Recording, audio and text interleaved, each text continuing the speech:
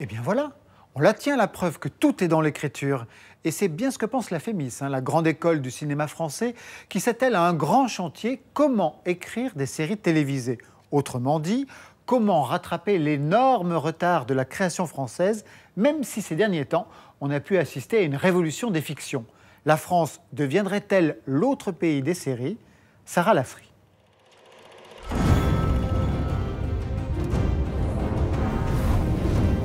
C'est le retour des nouvelles saisons des grandes séries américaines. Game of Thrones, House of Cards, Girls ou les nouveaux True Detective et Looking.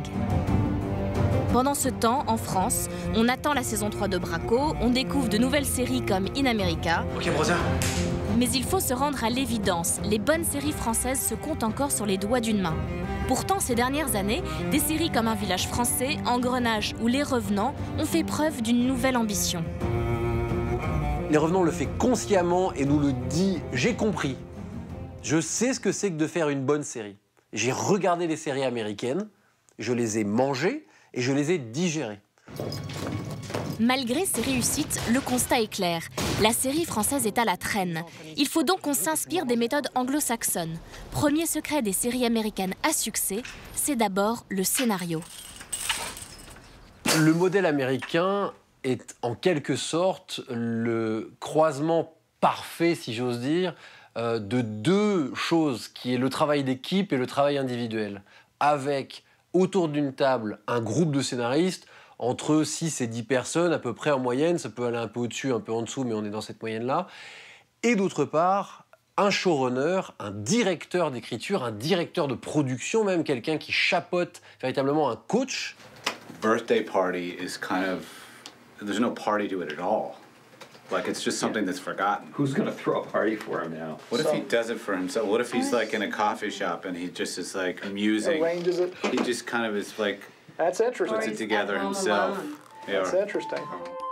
Preuve que les Français commencent à comprendre le rôle essentiel du scénariste, l'École nationale de cinéma, la FEMIS, a créé une nouvelle formation destinée à l'écriture des séries télé afin d'apprendre à de jeunes auteurs ces méthodes d'écriture en atelier. Il faut absolument effectivement être convaincu que travailler en équipe, dans la plupart des séries, c'est la bonne méthode. Ça ne veut pas dire que c'est tout le temps la bonne méthode, mais c'est souvent la bonne méthode, que ça permet de travailler efficacement, de travailler vite. Mais évidemment, ça se finance.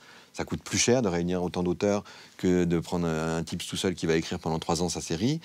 Donc voilà, tout de suite, on en revient à des problèmes, j'ai envie de dire, qui sont liés à la production, qui sont liés aux enjeux dans la profession, qui est de dire, cet effort-là de développement et d'écriture, il doit se financer, évidemment. Je crois en moi. La deuxième clé pour fabriquer une bonne série, c'est donc un véritable engagement financier de la part des diffuseurs.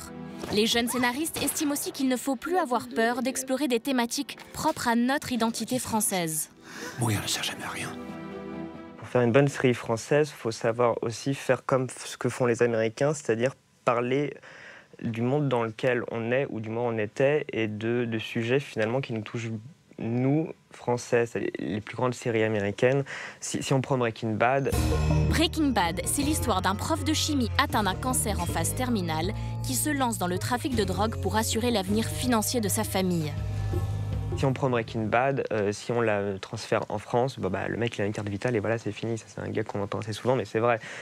Tout part de Breaking Bad, de quelque chose de typiquement américain, et à partir de là, tous les sujets qui sont traités sont quelque chose qui touche énormément l'Amérique. On est réputé pour être un peuple insolent et en révolution, et pour l'instant, ça ne se sent pas encore assez dans nos séries.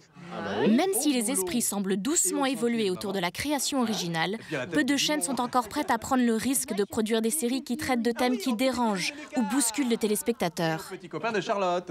En France, on est encore accroché à la sacro-sainte fédération des téléspectateurs, où il faut absolument qu'on fédère, il faut que mamie et les petits-enfants regardent, et tout le monde sait très bien que plaire à tout le monde, c'est ne plaire à personne. Ça, pour moi, c'est vraiment la prochaine grande étape, c'est de réussir à aller sans peur se confronter à la société française. Et quand je parle de la société, je dis aussi bien des problèmes sociaux que donc, du chômage, de la violence, des problèmes de racisme, de tout ce qui va avec. Ce qu'on voit tous les soirs aux 20h, et d'en faire des histoires fortes. Tu parles pas comme ça et tu vas... Certaines séries, encore peu nombreuses, tentent déjà de traiter ces sujets. Y'a un truc qui te fait rire, bouffonne. Comment tu vas regarder là? Regarde-toi là!